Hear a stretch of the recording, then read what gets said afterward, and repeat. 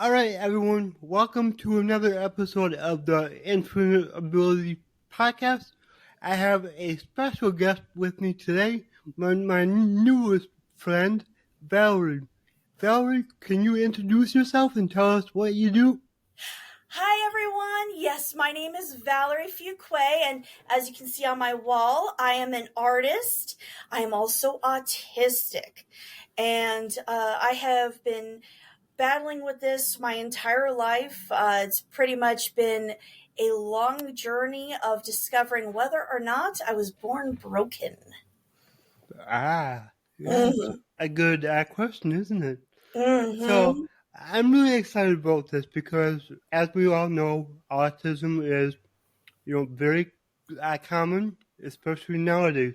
It Mm-hmm. seems like it's more and more common, and it is a different, a different ability. Like I like to say, like it's Mm-hmm. different, and a lot of people just don't understand how to handle somebody who has autism.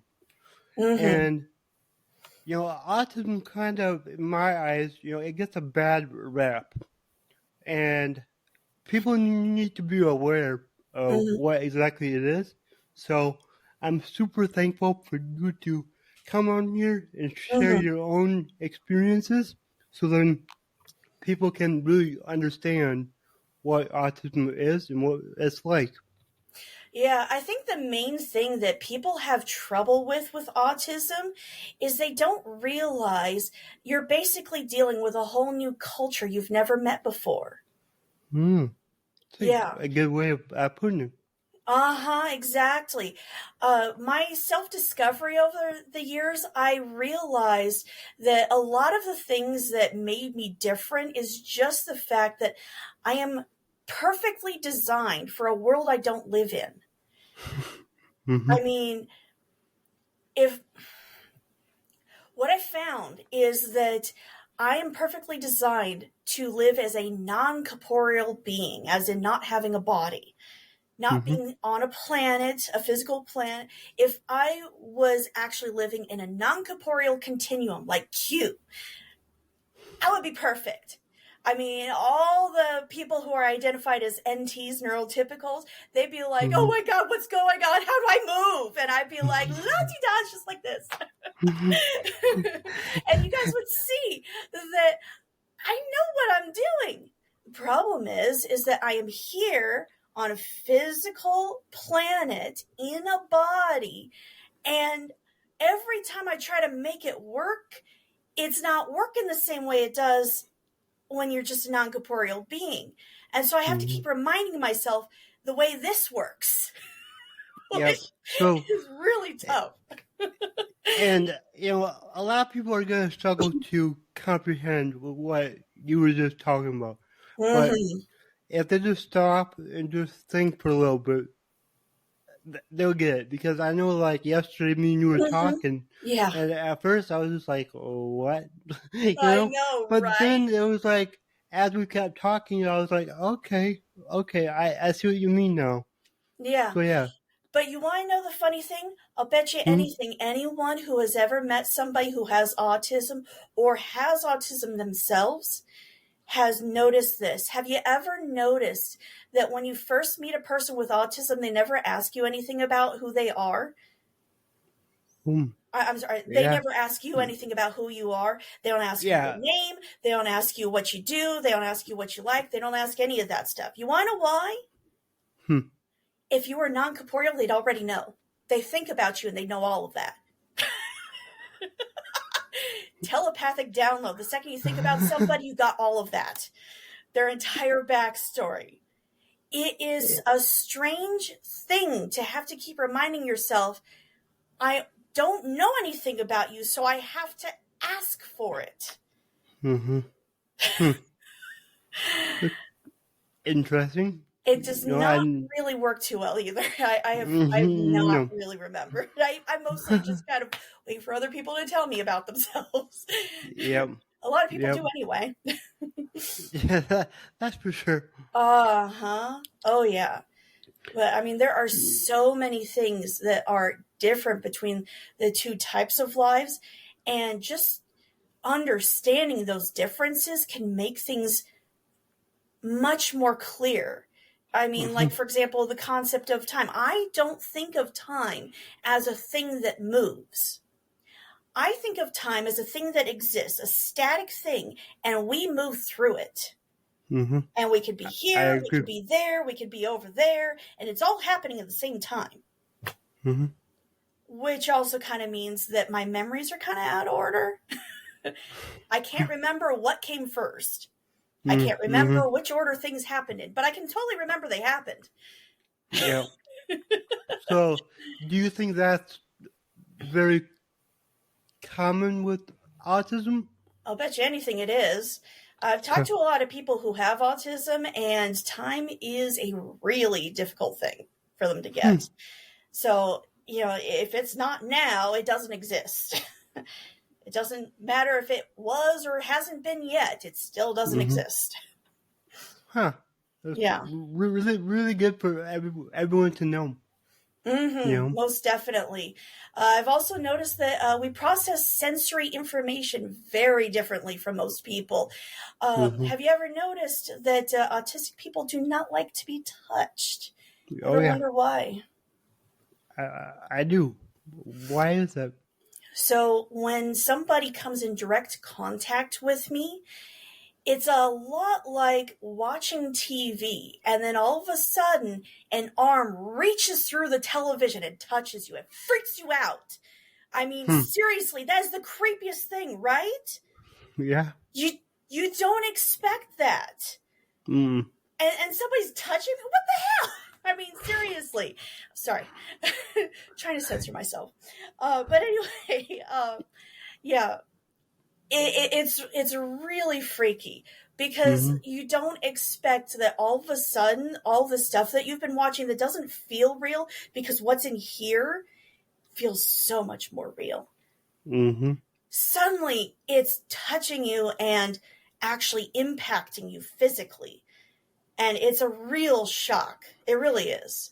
So it's best not to touch a person who has autism without first letting them know you're there, and second, getting permission.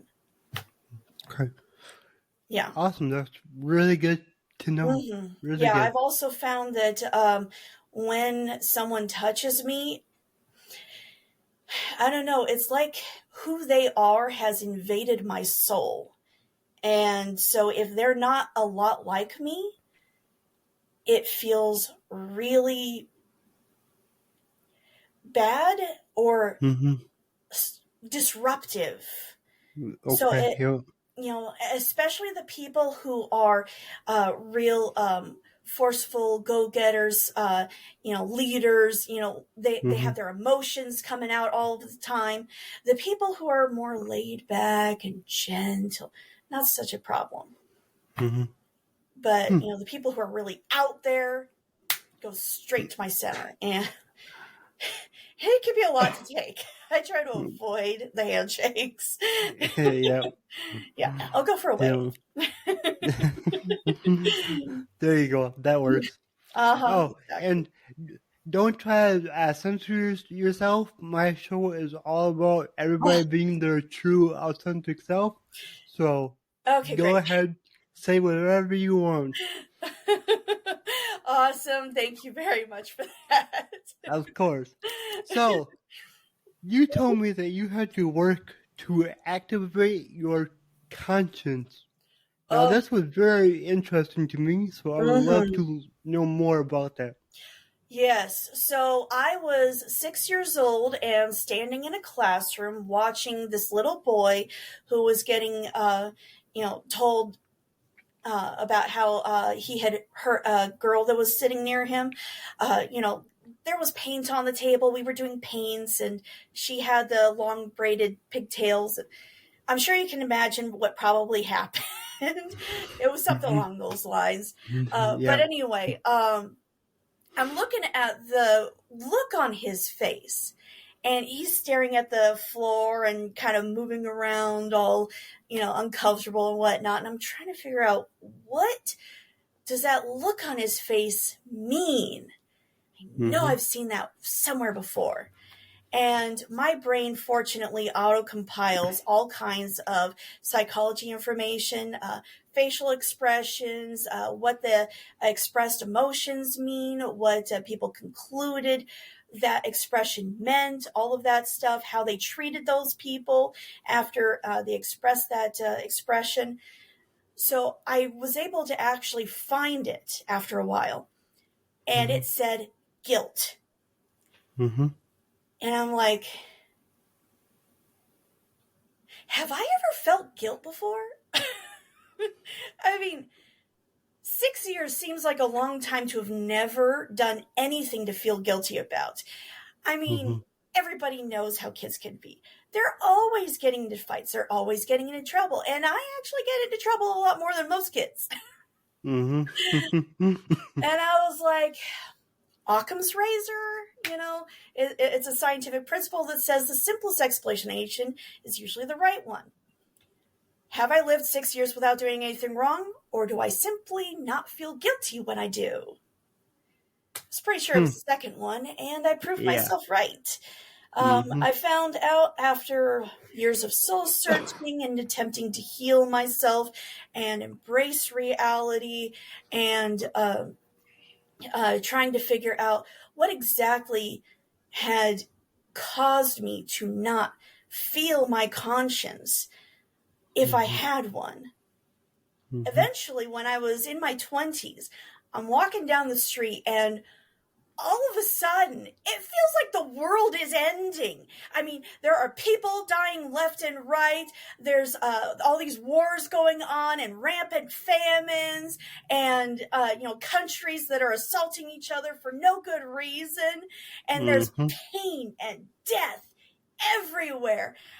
And I am just feeling it. And it feels like there's no hope ever. And I'm like, oh my God, what is this? It took me 5 solid minutes afterward to figure out, oh yeah, my conscience randomly activated for a minute, but then the trauma shut it back down again. I ended up figuring out how to give it a dimmer switch so I could just slowly turn it up and up and up. It's active now, so, it makes it a lot easier for me to not hurt people inadvertently, which I gotta tell you is another thing that is really difficult about interfacing with somebody who has autism. It's really hard for a person who has autism to keep track of when they are saying something a little too bluntly or using words that can be interpreted differently than how they mean it. Yep, and I think we've all experienced that with somebody with autism. Oh, yeah. If we were telepathic, we would never be offending people because everybody would know exactly what we meant, and they never take it any other way. Unfortunately, English and many other human languages have multiple meanings in every single word, every sentence structure, everything. And multiple ways it can be said. Especially English. I don't know if it's especially English, but yes, English is definitely very open to interpretation. Yep. Yeah, I have definitely heard that a lot of the Oriental languages are much more specific and clear because of the sheer number of words that they have available to them. Yeah. Yeah. Cool. Look at love. Right. The Greeks had 26, 28 different words for love, for all the different kinds of love. We got one, maybe a couple more, because there's also lust. But nobody ever uses that. They just say love for everything. Yeah. Oh, yeah. So much room for misinterpretation. No wonder relationships are hard. Well, you never know why somebody's getting into the relationship. I love you. What? You love my body or you love my heart? Exactly. You never know. Yeah. Oh, yeah. Well, let's not go down that rabbit hole. That's a rabbit hole. Yeah. So, something I noticed about you is you are very good at storytelling. Now, storytelling is so important. It's a way to connect with anybody. It's great for communication with anybody. And, you know, I think, like, how do I want to put this? Like, usually people who have autism, you know, they try to talk as least as they can. Emotionless, yeah. It's not Yeah. that they try to talk as emotionless as they can. It's simply the fact that our emotions don't seem to affect our body naturally. Mm-hmm. What I've found is that there's a big disconnect between the mind of someone who has autism and the body, which means that it actually requires extra effort for me to move and to emote. Okay. And that means that the reason why I'm actually this good of a storyteller is because I spent 30 years learning how to act. Fortunately, I have a mother who is best compared to fire, an out of control forest fire. Her emotions go everywhere, and she is an amazing storyteller. This is, in fact, exactly how she speaks. So much so that when people who have known me for an entire year or known her for an entire year meet the other one, they can't remember who is who anymore. I'm the other Robin, she's the other Valerie. That's great. Good news is, I think it's hilarious, and she wished she had a twin her entire life. So it works perfect for us. Yeah, there you go. That's awesome. That's awesome. Yes, most definitely. But it has been a long journey. I used to be somebody who was very emotionally flat. In fact, I had resting sad face. So when I would just be sitting on a ledge or something, daydreaming out at my school, people would come over and go, "Oh my God, are you okay? Is everything all right?" I'm like, "I'm fine. Why are you bothering me? I was daydreaming and having a great time." Seriously, they would interrupt me during the most exciting moment in the dream or daydream. I mean, it would be an action scene where people are fighting each other and the good guy is winning, or a love scene, or whatever.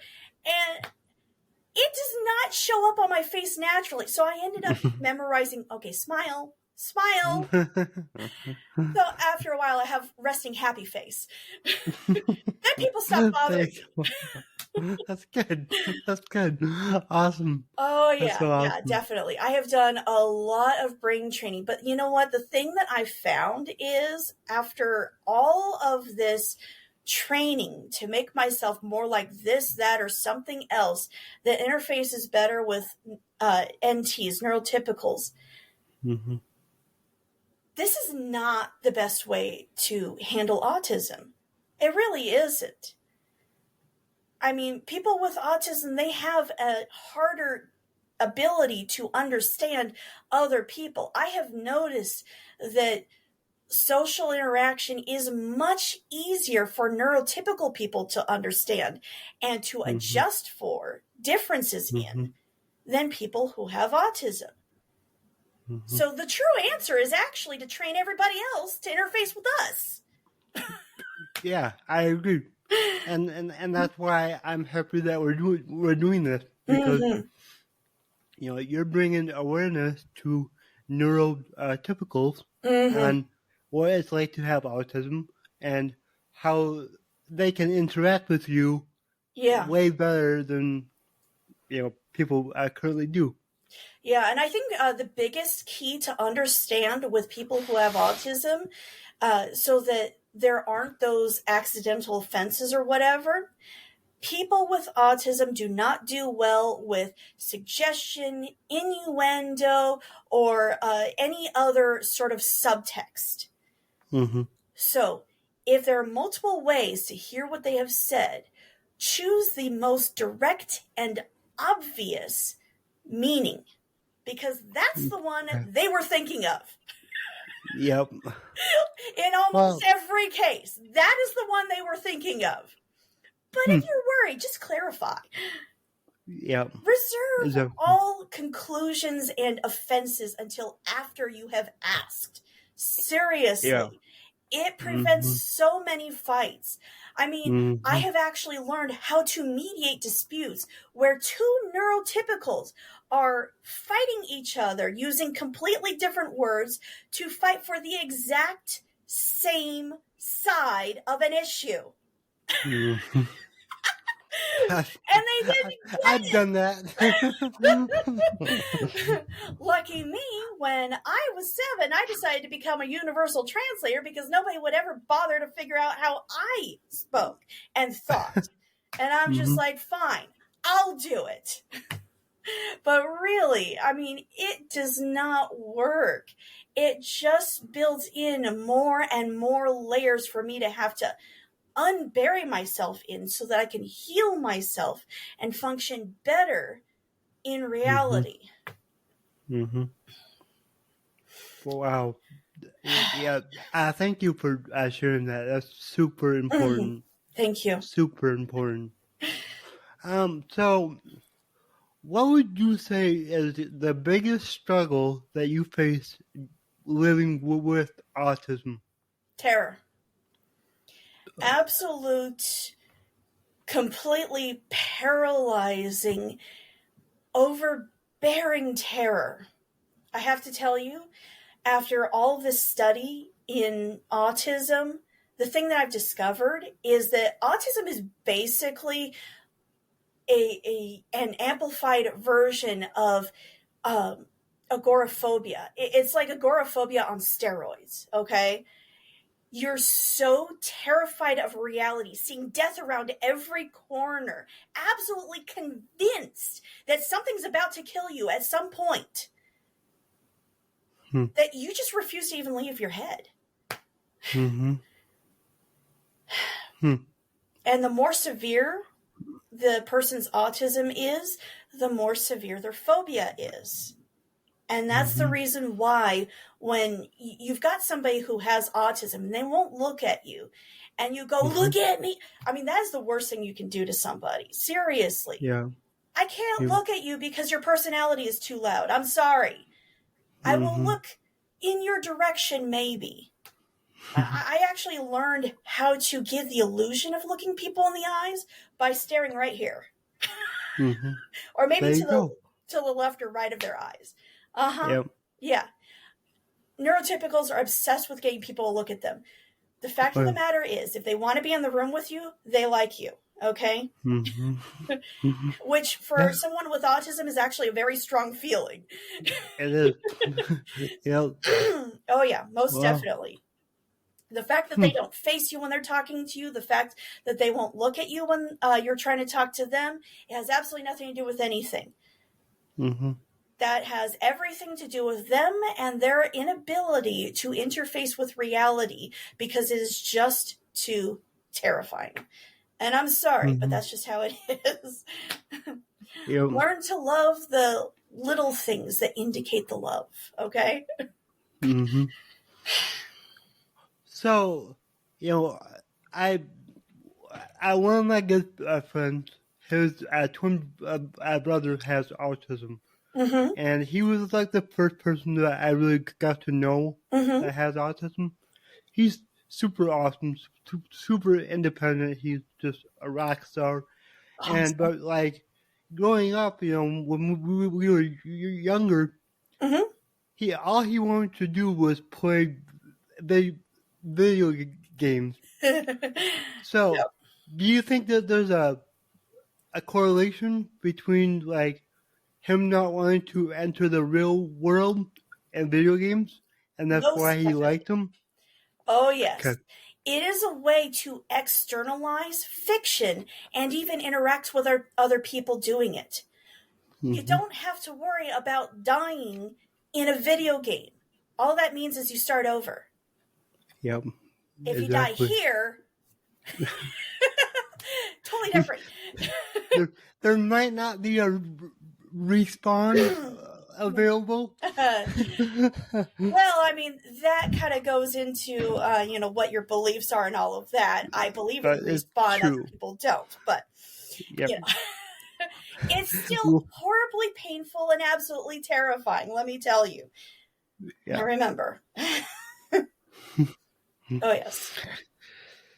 Yeah. Oh, So yeah. that's good to know them. Just Yeah. you We also tend to obsess over specific things. I've noticed that when you have autism, especially the more severe forms, you find what you like and you stay there. This is actually a feature of PTSD and phobias. You find the comfort zone and you stay in that comfort zone. And it's just more extreme and noticeable with autism.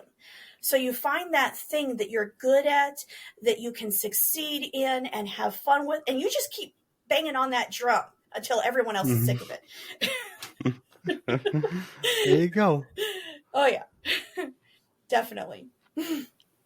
Awesome. So, one thing that me and you have in common is we're constantly moving. So because of my cerebral palsy, I have a problem holding still. Now, for me, that's just, my muscles not relaxing. Oh, but I know that's what it is. Okay. Yeah. All right. Yep. I actually knew somebody who had cerebral palsy. Yeah. So, I just can't really relax, That makes sense. But for you, you have a lot of different reasons than my reason. Can you tell us about that? Oh, yeah, most definitely. So this goes back to processing sensory information differently. I can't process more than one sense at a time. Also, I'm on constant sensory overload all the time, all day, every day. Yeah. There's too much coming in. I can't process all of it. Now, when I was 7 years old, I did realize that this was a real issue because I nearly ran into a wall one time when I was in conversation with somebody. I also typically would get lost trying to get to a location, but I was in conversation with somebody, so I wasn't seeing where I was going. I also ran into several people too. But anyways. Hey, I think we've all done that. It's okay. Yeah, well, I did it because I wasn't seeing anything. When I hear you, all of this is a blur. It's just a mess of colors. And I have no idea what's going on. And that's really bad for navigation. So, when I found out that when you have autism, you have a lot more a subconscious processing power available, basically automation. I was like, well, maybe I'll be more functional if I take advantage of that and just shift a lot of this stuff to subconscious processing instead of conscious processing. That could help. So since my dad was a computer programmer, I figured I would just take inspiration from that, and also the fact that the old-time movies were called flicks because they would just shift or flick by a bunch of different pictures and give the illusion of it moving. So I would just switch back and forth really, really fast between two different senses to give the illusion that I was processing them simultaneously. I could process one sense and all the information coming in really, really fast. I just can't do more than one at the same time. That's like juggling, and they all fall around me. Yeah. I mean, seriously, have you guys tried to juggle before? Oranges, you toss them up in the air, and all of a sudden you got an orange rain, and you're like, oh, please don't hit me. Thank God it wasn't chainsaws. Right? Oh, yeah. Most definitely. It's just insta-fail. So anyway, the switcher program really, really helped. It's because of that I can actually drive safely. I built a buffer system that will actually temporarily memorize the last few seconds of incoming data from whichever senses I have designated for it to actually memorize. and it automatically sifts through all of that data to tell me what is the most important stuff. Mm-hmm. And it'll prioritize it. I usually only get past the priority 1 and 2 stuff, and then everything else gets chucked. And Yeah. unfortunately, that auto chuck also relates to duplicate sensory information. If it hasn't changed, it's gone. Mm-hmm. And that one actually predated the switcher program that I built. It was already happening like that. And so I constantly move, because if I don't, the sensation of my body disappears. It's like I don't exist anymore. Like I have faded out of reality. And that is a terrifying thing that you don't expect to happen. I mean, seriously, have you ever imagined what it would be like if your body disappeared? There's an actual phobia for that, in fact. There is an actual fear called the fear of fading away or out of existence. Mm-hmm. There's a similar one called the fear of shrinking into nothing also. I don't remember what exactly they were called, but the fact of the matter is, it's not just people with autism who have that fear. And so I have to constantly move so that I can still feel my body here. And the only time I don't have to move is when I am so mentally absorbed in something that I am obsessed with or having fun with, that I completely forget whether or not there is a body there. I actually tried to sit still one time. I was at a concert on stage, in fact, so I was probably not the best place for it, but I was bored. We were waiting for the introduction to be complete so that we could actually start playing. But anyway, I tried to sit there still for as long as I could, and my body disappeared. And I couldn't feel anything, and I could feel the panic rising, and I'm like, what is going on here? And all of a sudden I feel like I'm falling, or actually being sucked into this black hole of nothingness, and everything is disappearing. And I'm like, oh my God, what is going on here? I got to 11 seconds, 10 or 11 seconds, and I was about to have a panic attack. I had to start moving again before I had a freak out on stage. In front of everybody. Wow. It was insane. Wow. That's so interesting, though. Like, as to why you have to keep moving, and it makes sense. Like, so wow. Yeah, I hadn't actually thought about it until I read this interview. My English teacher had just randomly said, all right, I've got these newspapers. We're all going to pick one article, read it, and then tell the class about this article. And so he passes these newspapers out to each row, and I'm like 3 or 4 people back. So I get to pick one page out of that.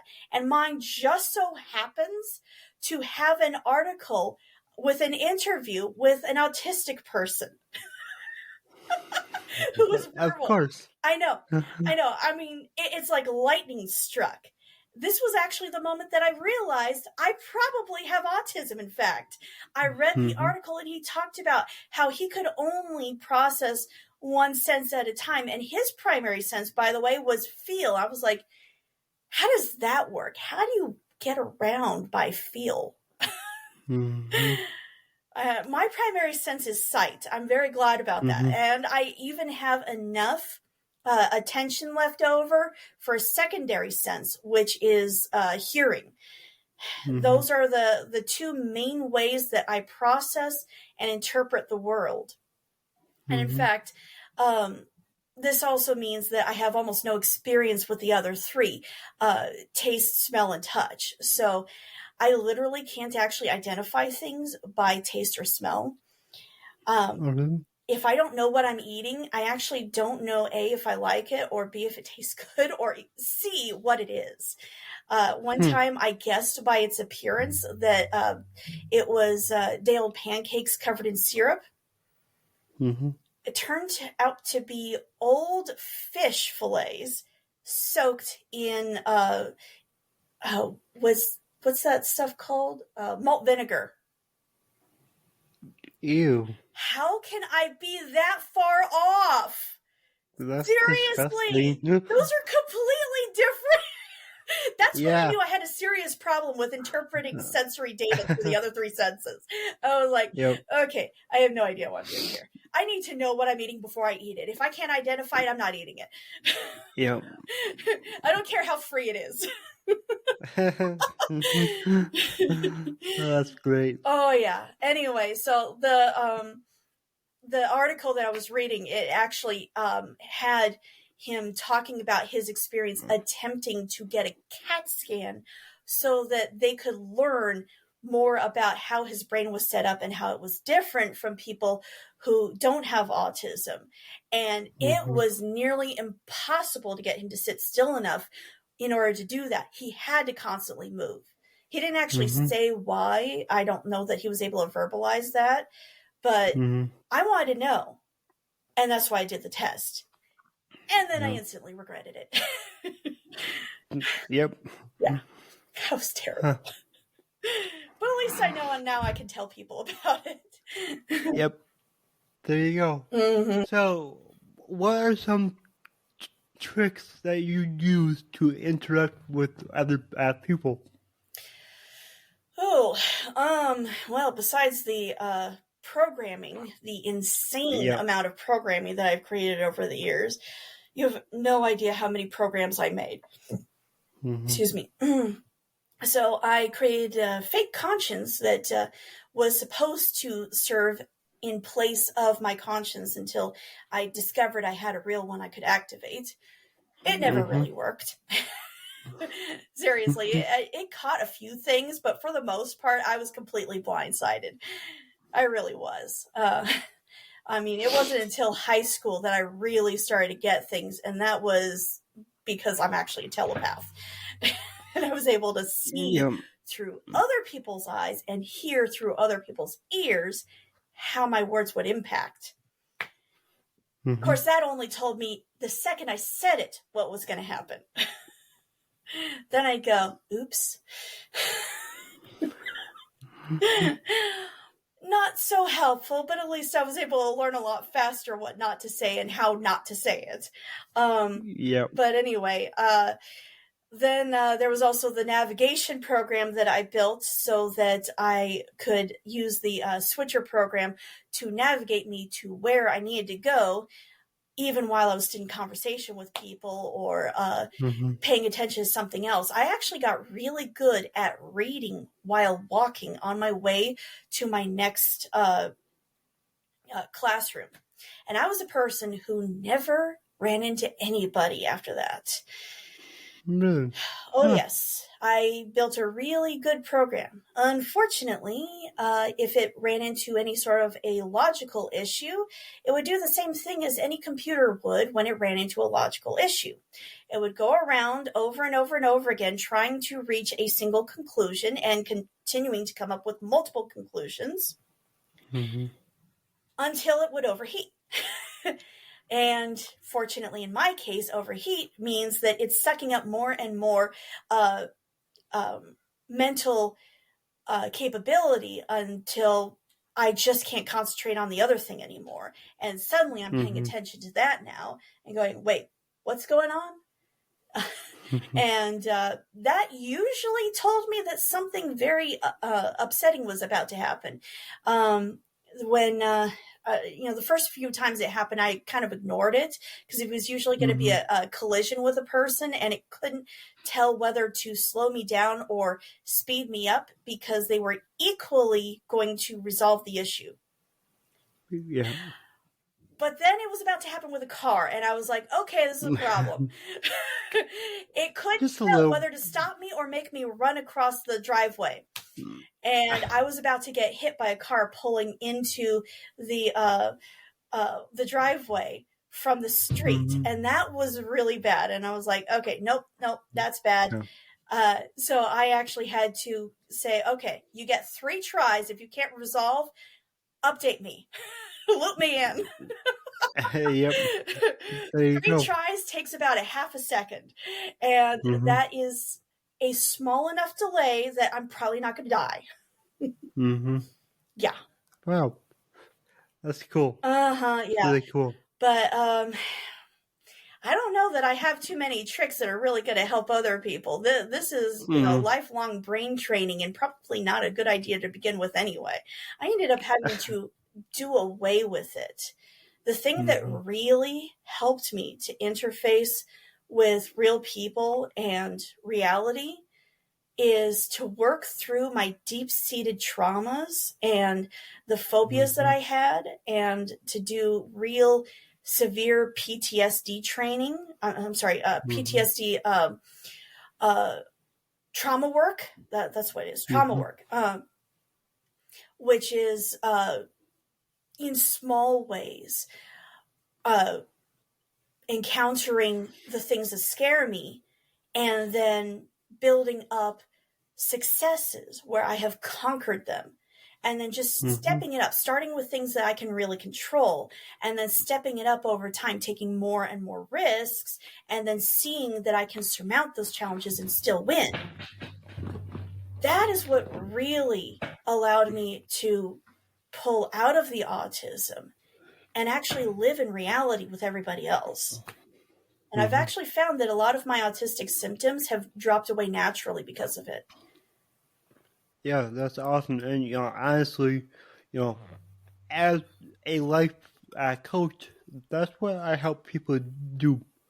Awesome. Is overcome the problems that they had in the past and work through them. That is what I do. And it's amazing how you can come out the other side a 100% better person. Yes. And you understand yourself a lot more. And yeah, I think everybody needs to do that. Yes. Because when I did it, it completely changed my whole life. And you can be proud of yourself. You don't have to be embarrassed or feel like a drain on society or a burden on the people who know you.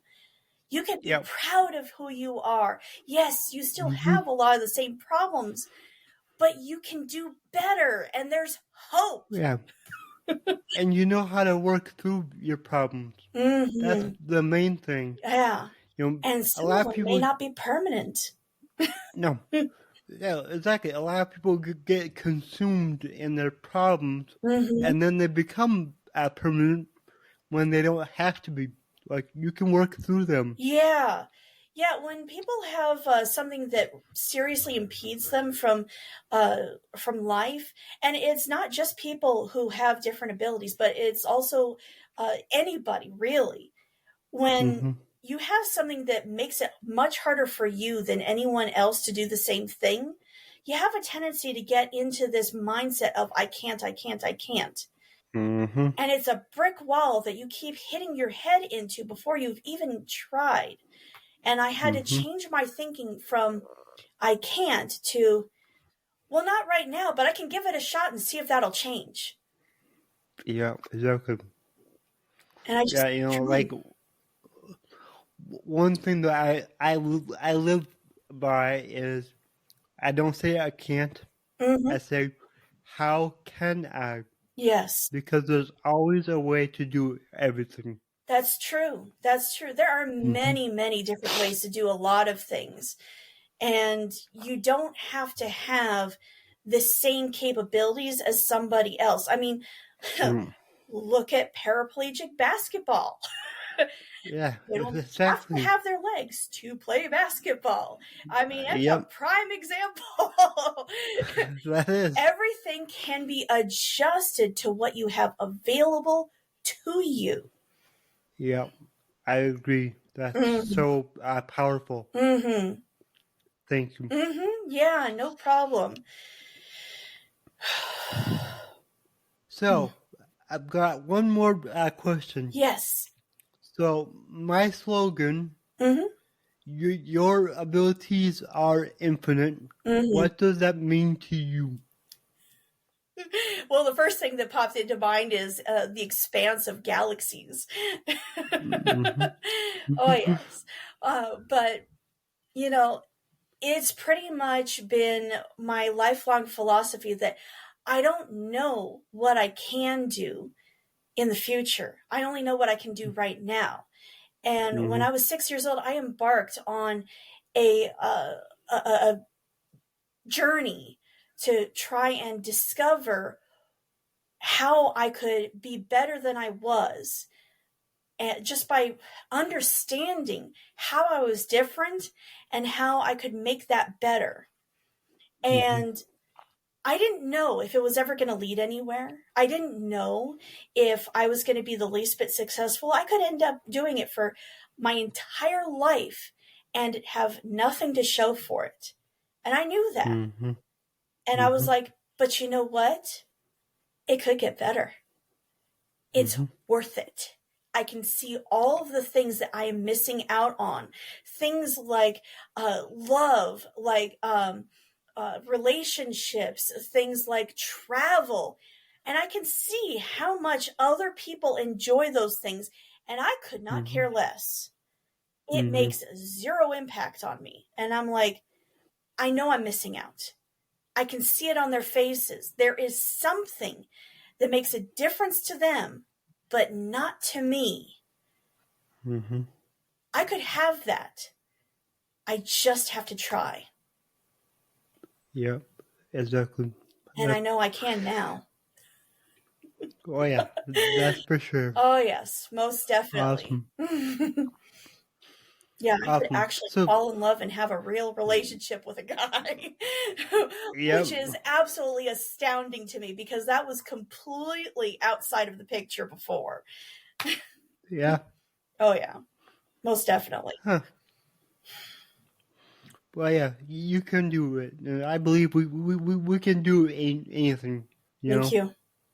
anything. So, all right. So, where can people find you if they want to reach out to you or see what other stuff you have to offer? Because I Mhm. know you have a YouTube channel. I So, sure do.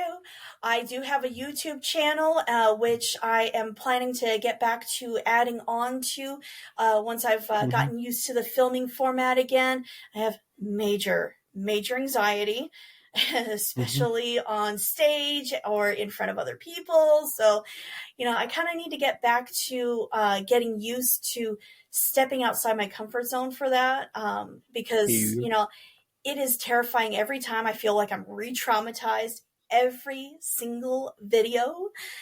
And then, of Mm-hmm. course, there's the editing process. um, yeah, I Yep. know. For me, it's extensive. But anyways, yeah, I have a YouTube channel under my name, Valerie Fuqua, and that is my everything else channel. All of the other stuff that I'm interested in. It includes videos on autism, well, a video right now, and also a video on how to stop panic attacks. It's just a stopgap thing. Mm-hmm. True healing comes from actually working through the emotions, but this is how Mm-hmm. to stop it while it is happening in public, when you're in the middle of a speech or you're trying to be out having an outing with your family at the zoo, or you're driving. Yeah, Mm-hmm. I knew I needed something when it happened to me while I was driving on the road, going Yeah. next to a mountain with a steep drop right next to me. And it was a really tight turn, Oofta. 30-degree Yeah. grade. I mean, it was absolutely terrifying. And I'm having a panic attack while I'm Mm-hmm. driving. This is not cool.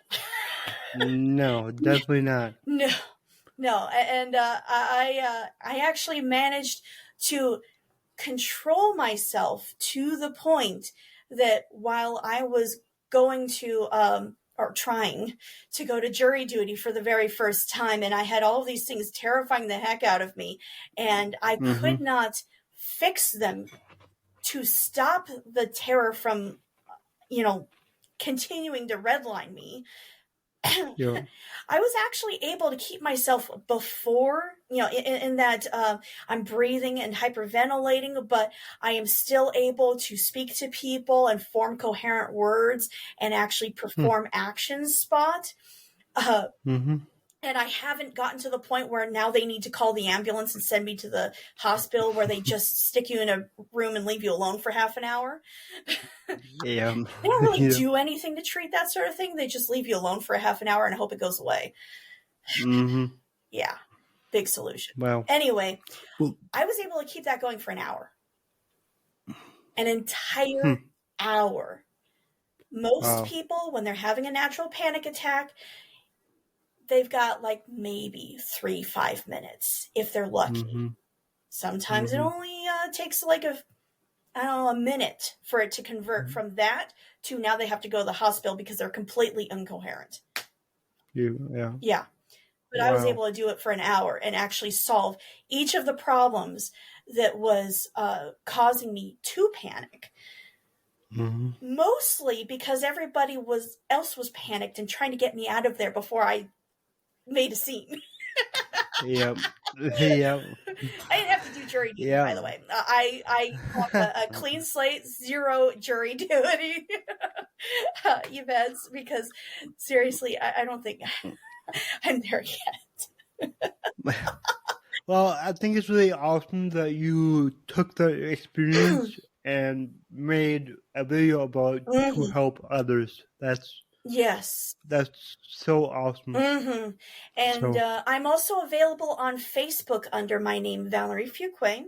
And for those of you who have more interest in my mention about being a telepath, I also have a YouTube channel called Psychic Kitty. And you can find out more about my abilities there. Awesome. Awesome. So I will put all of your links in the show notes so everybody can find them. Thank you. And yeah, this has been really great. This has been awesome. And, bringing awareness to autism is extremely important. So thank you for taking the time to do that for us.